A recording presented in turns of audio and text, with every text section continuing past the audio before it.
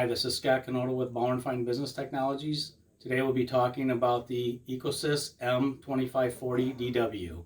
On the M2540 DW, in order to replace your toner cartridge, the button is black, located right here above your manual feed tray. Go ahead and press the button to open the copier. Press the blue button to release your toner cartridge. When it releases, you can take your cartridge out.